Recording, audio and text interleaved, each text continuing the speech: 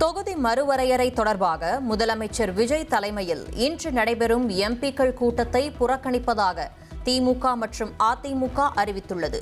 காவிரி விவகாரம் குறித்து விவாதிக்க அனைத்துக் கட்சி கூட்டத்தை கூட்ட வேண்டும் என்ற நிபந்தனை விதித்திருந்த நிலையில் முடிவு.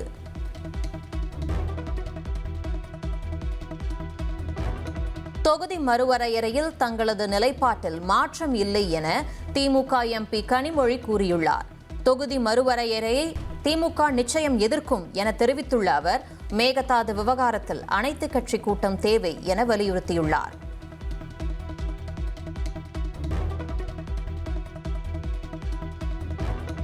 முதலமைச்சர் விஜய் தலைமையிலான அனைத்துக் கட்சி எம்பிக்கள் கூட்டத்தை திமுக அதிமுகவை சேர்ந்த 37 பேர் புறக்கணித்துள்ளனர்.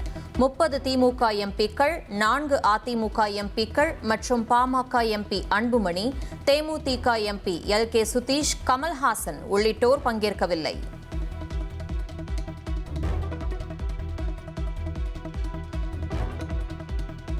தொகுதி மறுவரையறை தொடர்பான கூட்டத்தில் மொத்தம் உள்ள 57 தமிழக எம்பிக்களில் 20 பேர் மட்டும் பங்கேற்கின்றனர். காங்கிரஸ், விசிக, கம்யூனிஸ்ட் கட்சிகளை சேர்ந்த எம்பிக்கள் மட்டும் பங்கேற்பார்கள் என எதிர்பார்ப்பு.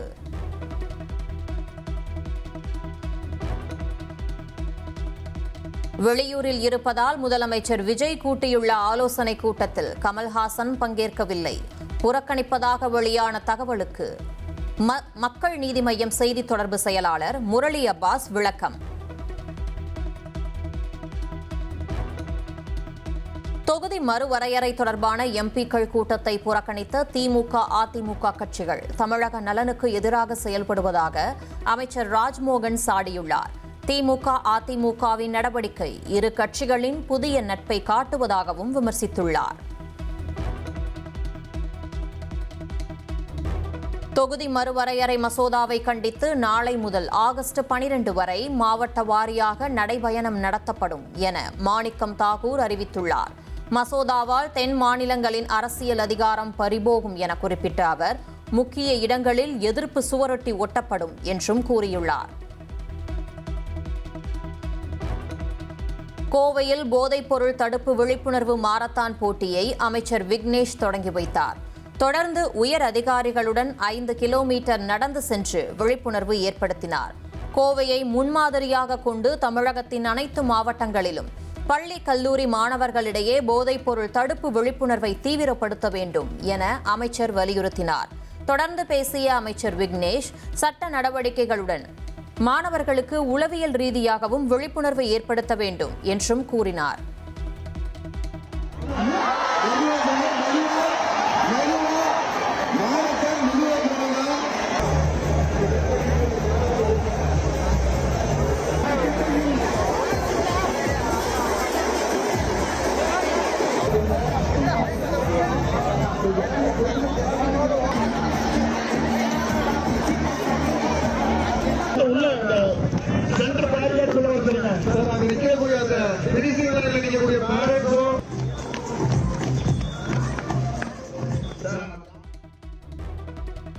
நீட் தேர்வை நடத்தும் தேசிய தேர்வு முகமையின் பாட நிபுணர்களே வினாத்தாளை கசியவிட்டதாக சிபிஐ தாக்கல் செய்துள்ள குற்றப்பத்திரிகையில் அம்பலமாகியுள்ளது. சோதனை இல்லாதது, சிசிடிவி கண்காணிக்கப்படாதது போன்ற தேசிய தேர்வு முகமையின் குறைபாடுகளை பயன்படுத்தி பாட நிபுணர்கள் வினாக்களை கசியவிட்டுள்ளதாகவும் அறிக்கை.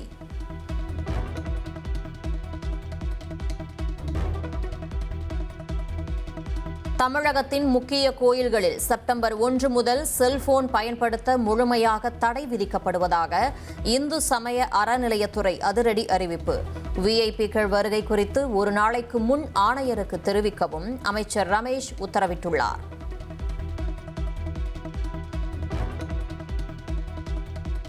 மதுரை மீனாட்சி கோயில் அறக்கட்டளையின் 60 கோடி ரூபாய் நில மோசடி வழக்கில் கலிகுமார் என்பவர் கைது செய்யப்பட்டுள்ளார். இந்த வழக்கு தொடர்பாக மதுரை மத்திய குற்றப்பிரிவு காவல்துறையினர் இதுவரை 4 பேரை கைது செய்து விசாரணை நடத்தி வருகின்றனர்.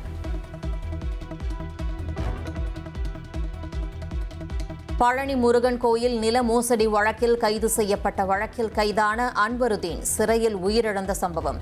உடல் நலக்குறைவால் அன்வருதீன் உயிரிழந்ததாக கூறப்படும் நிலையில் மதுரை அரசு ராஜாஜி மருத்துவமனையில் மதுரை விரைவு நீதிமன்ற நீதிபதி விசாரணை நடத்தி வருகிறார். நிதி முறைகேடு வழக்கில் விசாரணை நடத்தாத லஞ்ச ஒழிப்புத்துறை மீது உயர்நீதிமன்ற மதுரை அமர்வு கடும் அதிருப்தி. வாட்ஸ்அப் புகார் எண் மூலம் மக்களை ஏமாற்ற வேண்டாம் என தெரிவித்த நீதிபதி, குற்றவாளிகள் தப்ப பார்ப்பதாகவும் யாரை ஏமாற்ற இந்த வேலை என சரமாரி கேள்விகளை எழுப்பினர். சென்னை சிட்கோ நிலத்தை அபகரித்ததாக தொடரப்பட்ட வழக்கில் முன்னாள் அமைச்சர் மா. சுப்பிரமணியன் மற்றும் அவரது மனைவி மீது சிறப்பு நீதிமன்றம் குற்றச்சாட்டுகளை பதிவு செய்துள்ளது. நீதிமன்றத்தில் ஆஜரான இருவரும் குற்றச்சாட்டுகளை மறுத்த நிலையில் சாட்சிகள் விசாரணைக்காக வழக்கு ஆகஸ்ட் 31ஆம் தேதிக்கு ஒத்திவைக்கப்பட்டுள்ளது. குதிரை பேர வழக்கில் ஜாமீன் பெற்ற திருநாவுக்கரசு உரிய நேரத்தில் அனைத்து உண்மைகளையும் சொல்வேன் என்றும் இந்த வழக்கு தனக்கு கிடைத்த பரிசு என்றும் பேட்டியளித்துள்ளார். சென்னை திருவல்லிக்கேணி காவல் நிலையத்தில் கையெழுத்திட்ட பின் செய்தியாளர்களை சந்தித்த அவர், தாவேகா எம்எல்ஏ இளையராஜாவிடம் அரசியல் ஆய்வுக்காக பேசியதாகவும், வழக்கு நீதிமன்றத்தில் உள்ளதால் 35 கோடி ரூபாய் பேரம் குறித்து தற்போது பேச முடியாது என்றும் கூறினார். செந்தில் பாலாஜி, அசோக் குமாருடன் தனக்கு தொடர்பு இல்லை என்றும், மேகாலயா திட்டம் மற்றும் ஹவாலா பணம் தொடர்பான குற்றச்சாட்டுகளுக்கும் மறுப்பு தெரிவித்துள்ளார். இறுதியாக நீதிமன்றத்தில் உண்மை வெளிவரும் என்றும், உரிய நேரத்தில் அனைத்தையும் தெரிவிப்பேன் என்றும் கூறினார்.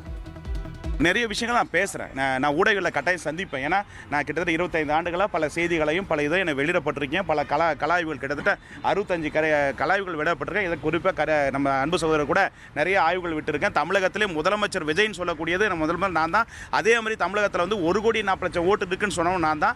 இது எனக்கு கிடைச்ச ஒரு பரிசாக நினைக்கிறேன். நிச்சயமாக ஒரு நாள் நீதி வெல்லும். அது மாதிரி பொறுமையாக இருங்க. பதில் அதாவது இதில் எது நடந்தது என்ன விஷயம் எல்லாமே உரிய காலத்தில் சொல்கிறேன். அதுக்கான கால அவகாசங்களை கொடுங்க. உண்மைகள் ஒரு நாள் வரும். மத்திய உள்துறை அமைச்சர் அமித்ஷாவின் வருகையை ஒட்டி திருவண்ணாமலை அருணாச்சலேஸ்வரர் கோயிலில் பலத்த போலீஸ் பாதுகாப்பு. தரிசனத்திற்கு பின் புதுச்சேரி செல்லும் அமித்ஷா அரசு மற்றும் பொது நிகழ்ச்சிகளில் பங்கேற்க உள்ளார். மேட்டூர் அணைக்கு வரும் நீரின் அளவு 10,808 கன அடியாக குறைந்துள்ள நிலையில் அணையின் நீர்மட்டம் 78.03 அடியாக உள்ளது. தற்போது அணையில் 40.02 டிஎம்சி நீர் இருப்பு உள்ள நிலையில் அணையில் இருந்து 1,500 கன அடி நீர் வெளியேற்றப்படுகிறது.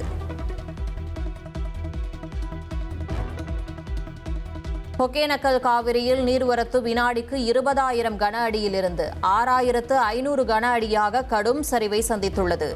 நீர்வரத்து கணிசமாக குறைந்ததை அடுத்து காவிரியின் நீர்மட்டமும் சரிந்து வருகிறது.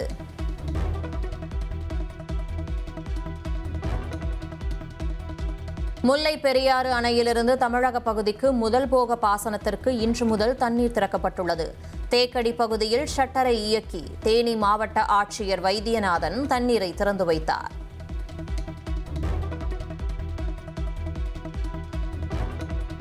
இமாச்சல பிரதேசத்தில் இமயமலை பாதையில் சென்று கொண்டிருந்த பேருந்து ஓட்டுநரின் கட்டுப்பாட்டை இழந்து பள்ளத்தில் கவிழ்ந்து விபத்திற்குள்ளானது.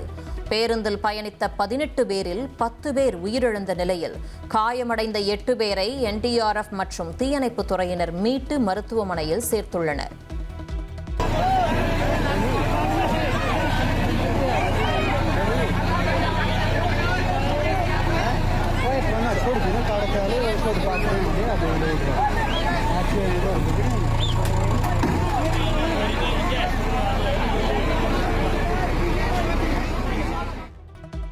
ஆடி கிருத்திகையை முன்னிட்டு திருத்தணி முருகன் கோயிலில் நடிகை ரோஜா காவடி எடுத்து சுவாமி தரிசனம் செய்தார். காவடியில் கொண்டு வந்த பூஜை பொருட்களை கொண்டு சண்முக பெருமானுக்கு அர்ச்சனை செய்து மனம் உருகி வழிபாடு நடத்தினார்.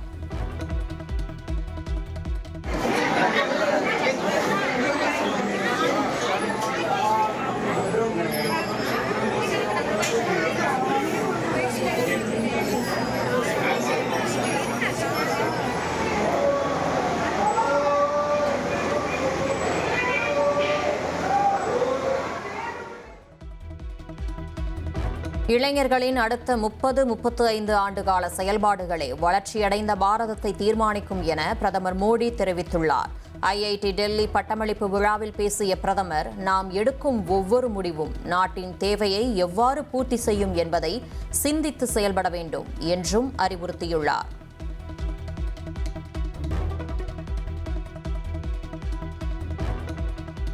தொழில்நுட்ப வளர்ச்சியால் உலகளாவிய அதிகார சமநிலை வேகமாக மாறி வருவதாக ஐஐடி டெல்லி பட்டமளிப்பு விழாவில் பிரதமர் மோடி தெரிவித்துள்ளார். எதிர்காலத்தில் உலகம் எத்தகைய மாற்றங்களை சந்தித்தாலும் தொடர்ந்து கற்றுக்கொண்டே இருப்பவர்களே வெற்றியடைவார்கள் என்றும் அவர் அறிவுறுத்தினார்.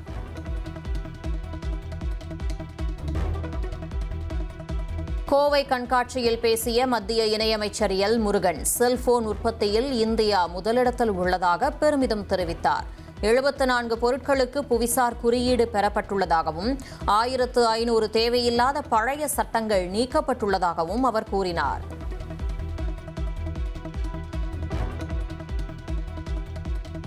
சென்னையில் ஆபரண தங்கம் விலை சவரனுக்கு 1520 ரூபாய் உயர்ந்துள்ளது. 1 கிராம் ஆபரண தங்கம் 13,965 ரூபாய்க்கும் 1 சவரன் 1,11,720 ரூபாய்க்கும் விற்பனை செய்யப்படுகிறது. உரிய அனுமதியுடன் செயல்படும் டாஸ்மாக் கடையை மாற்றுவது சட்டவிரோதம் என பொதுநல வழக்கில் உயர்நீதிமன்ற மதுரை அமர்வு கருத்து தெரிவித்துள்ளது. அரசின் கொள்கையில் மாற்றம் அல்லது மறுபரிசீலனை செய்யப்பட்டால் மட்டுமே அது குறித்து அரசு உரிய முடிவெடுக்க முடியும் என நீதிபதிகள் தெரிவித்தனர்.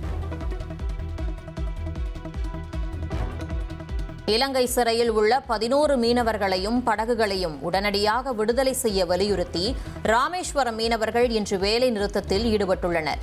700க்கும் மேற்பட்ட விசைப்படகுகள் கரையில் நிறுத்தப்பட்டு நாள் ஒன்றுக்கு 10 கோடிக்கு மேல் வர்த்தக இழப்பு ஏற்பட்டுள்ளது.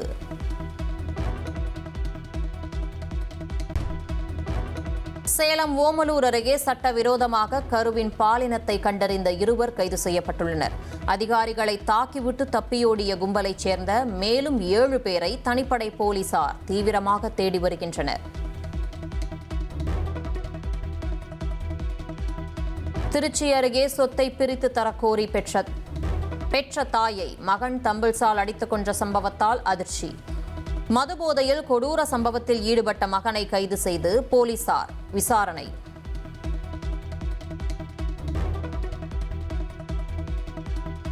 திருவண்ணாமலை அண்ணாமலையார் கோயில் கருவறை ஸ்மார்ட் கண்ணாடி மூலம் வீடியோ எடுக்க முயன்ற ஹைதராபாத் இளைஞர்கள் 2 பிடிபட்டனர்.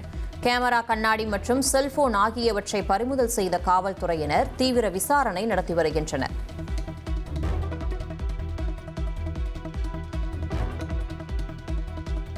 கோவை அரசு மருத்துவமனையில் உள்நோயாளிகள் சிகிச்சை பெறும் அறைகளில் மூட்டை பூச்சிகள் அதிக அளவில் இருப்பதாக பொதுமக்கள் வீடியோ வெளியிட்டு குற்றம் சாட்டினர். இதனிடையே ஸ்கேன் எடுக்க போதிய பணியாளர்கள் இல்லாததால் நோயாளிகள் நீண்ட நேரம் காத்திருப்பதாக மற்றொரு புகாரும் எழுந்துள்ளது. இந்த வீடியோக்கள் இணையத்தில் வெளியாகி வைரலாகியது. இதையடுத்து மூட்டைப்பூச்சி தொல்லை குறித்து விசாரணை நடத்தப்பட்டு வார்டுகளில் மருந்து தெளிக்கும் பணி மேற்கொள்ளப்பட்டது.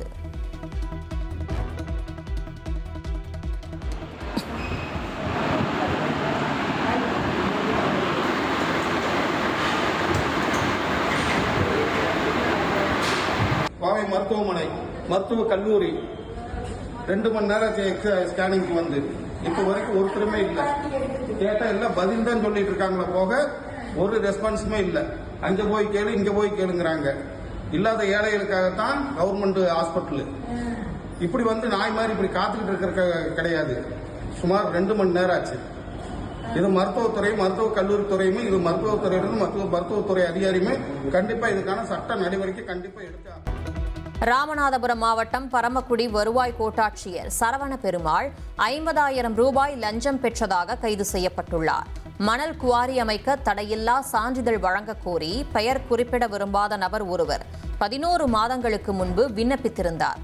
ஆர்டிஓவாக இருந்த சரவண பெருமாள் சான்றிதழ் வழங்க 50,000 ரூபாய் லஞ்சம் கேட்டதாக கூறப்படுகிறது. இதுகுறித்து லஞ்ச ஒழிப்புத்துறையிடம் புகார் அளிக்கப்பட்ட நிலையில் ரசாயனம் தடவிய பணத்தை வழங்க ஏற்பாடு செய்யப்பட்டது. அதன்படி பணத்தை பெற்றபோது சரவண பெருமாளை கையும் களவுமாக அதிகாரிகள் கைது செய்தனர். இது தொடர்பாக அவரது ஓட்டுநர் சுந்தரும் கைது செய்யப்பட்டு விசாரணை நடைபெற்று வருகிறது. செங்கல்பட்டு மாவட்டம் மதுராந்தகம் அருகே இருசக்கர வாகனம், கால்நடைகள், விவசாய மின் மோட்டார் உள்ளிட்டவற்றை தொடர்ந்து திருடி வந்ததாக கூறப்படும் 3 பேரை கிராம மக்கள் மடக்கி பிடித்தனர். பகல் நேரத்தில் திருட முயன்ற மூவரும் கையும் களவுமாக சிக்கிய நிலையில் பொதுமக்கள் அவர்களுக்கு தர்ம அடி கொடுத்து மதுராந்தகம் காவல் நிலையத்தில் ஒப்படைத்தனர். போலீசார் 3 பேரையும் கைது செய்து விசாரணை நடத்தி வருகின்றனர்.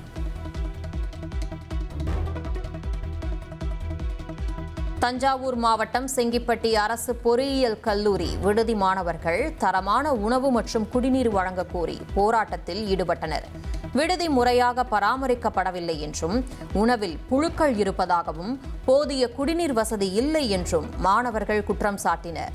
இதையடுத்து உணவை புறக்கணித்து கல்லூரி முன்பு போராட்டத்தில் ஈடுபட்ட மாணவர்கள் விடுதியை உடனடியாக சீரமைக்க வேண்டும் என வலியுறுத்தினர்.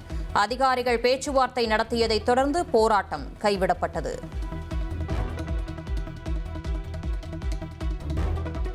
திருச்சி ஸ்ரீரங்கம் அரங்கநாதர் கோயிலின் கிழக்கு கோபுர நுழைவாயில் சீரமைப்பு பணிகள் முடிந்து 3 ஆண்டுகளுக்கு பின் திறக்கப்படுகிறது. 2023ஆம் ஆண்டு கோபுரத்தின் ஒரு பகுதி இடிந்து விழுந்ததைத் தொடர்ந்து வல்லுநர்கள் வழிகாட்டுதலுடன் பழமை மாறாமல் புனரமைப்பு பணிகள் நடைபெற்றன. பணிகள் முழுமையாக நிறைவடைந்த நிலையில் ஞாயிற்றுக்கிழமை காலை 8 மணிக்கு பூஜைகள் நடத்தப்பட்டு பொதுமக்கள் பயன்பாட்டிற்காக நுழைவாயில் திறக்கப்பட உள்ளது.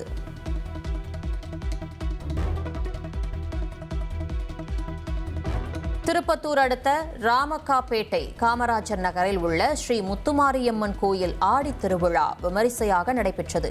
இதையொட்டி வண்ண மலர்களால் அலங்கரிக்கப்பட்ட தேரில் எழுந்தருளிய அம்மன் முக்கிய வீதிகளில் திருவீதி உலா வந்தார். ஏராளமான பக்தர்கள் அம்மனை கண்குளிர கண்டு தரிசித்தனர். அப்போது காமராஜர் நகரைச் சேர்ந்த இஸ்லாமிய சகோதரர்கள் அம்மன் தேரை மலர்கள், பழங்களை தாம்பூலத்தட்டில் வைத்து பூஜைக்காக வழங்கி வழிபட்டனர். அவர்களுக்கு கோயில் நிர்வாகம் சார்பில் மாலை அணிவித்து மரியாதை செலுத்தப்பட்டது. மத வேறுபாடுகளை கடந்து நடைபெற்ற இந்த மத நல்லிணக்க நிகழ்வு பொதுமக்களிடையே பெரும் நெகிழ்ச்சியை ஏற்படுத்தியுள்ளது. விழுப்புரம் மாவட்டம் திண்டிவனம் அருகே மயிலம் முருகன் கோயிலில் ஆடி கிருத்திகையை முன்னிட்டு சிறப்பு வழிபாடு நடைபெற்றது. மூலவர் சுப்பிரமணிய சுவாமிக்கு சிறப்பு அபிஷேகம் செய்யப்பட்டு தங்க கவசம் அணிவிக்கப்பட்டது. இரவில் வள்ளி தெய்வானை சமேத உற்சவர் வெள்ளி யானை வாகனத்தில் மலைவலம் வந்தார். இதில் திரளான பக்தர்கள் பங்கேற்று சுவாமி தரிசனம் செய்தனர்.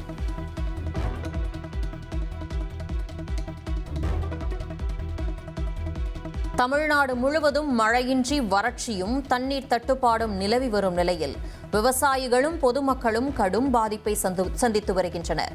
குறிப்பாக திண்டுக்கல் மாவட்டத்தில் கடந்த 2 ஆண்டுகளாக மழையின் அளவு குறைந்து வருவதால் விவசாயம் மட்டுமின்றி குடிநீருக்கும் தட்டுப்பாடு ஏற்பட்டுள்ளது. இதனால் பொதுமக்கள் காலி குடங்களுடன் போராட்டங்களில் ஈடுபடும் நிலையும் ஏற்பட்டுள்ளது. இந்நிலையில் தண்ணீர் தட்டுப்பாடு நீங்கி தமிழ்நாடு முழுவதும் போதிய மழை பெய்ய வேண்டி திண்டுக்கல் பேகம்பூர் பெரிய பள்ளிவாசலில் சிறப்பு தொழுகை நடைபெற்றது. இதில் 500க்கும் மேற்பட்ட இஸ்லாமியர்கள் பங்கேற்று மழை வேண்டி சிறப்பு பிரார்த்தனையில் ஈடுபட்டனர்.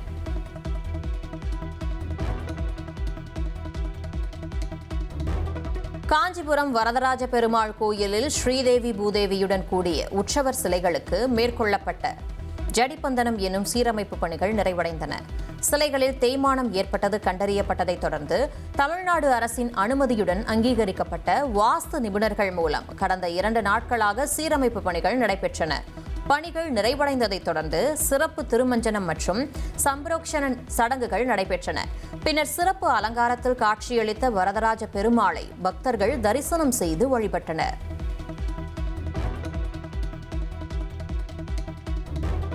நெல்லை மாவட்டம் திசையன்விளை அருகே பலூனை துடைப்பத்தால் சரமாரியாக அடித்து உடைக்கும் சுவாரஸ்யமான போட்டி நடைபெற்றது. பெண்களுக்கான இந்த போட்டி கோயில் கொடைவிழாவில் நடத்தப்பட்டுள்ளது. கண்களை கட்டிக்கொண்டு துடைப்பத்தால் பலூன்களை அடித்து உடைக்கும் போட்டியில் பெண்கள் ஆர்வமுடன் பங்கேற்றனர். 1 நிமிடத்தில் அதிக பலூன்களை உடைத்தவர்கள் வெற்றியாளர்களாக தேர்வு செய்யப்பட்டனர்.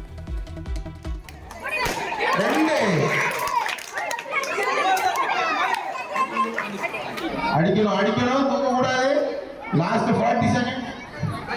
ஸ்பீடா போயிட்டு இருக்கு. அடிச்சு வெறுக்கணும் போகுது.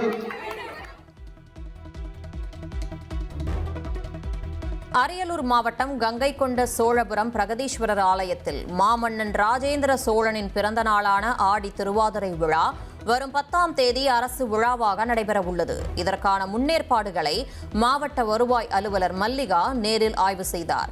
விழா பந்தல், குடிநீர், மருத்துவம், பொதுமக்கள் அமரும் இடம் உள்ளிட்ட அடிப்படை வசதிகள் குறித்து ஆய்வு செய்து பணிகளை விரைந்து முடிக்க அதிகாரிகளுக்கு அறிவுறுத்தினார்.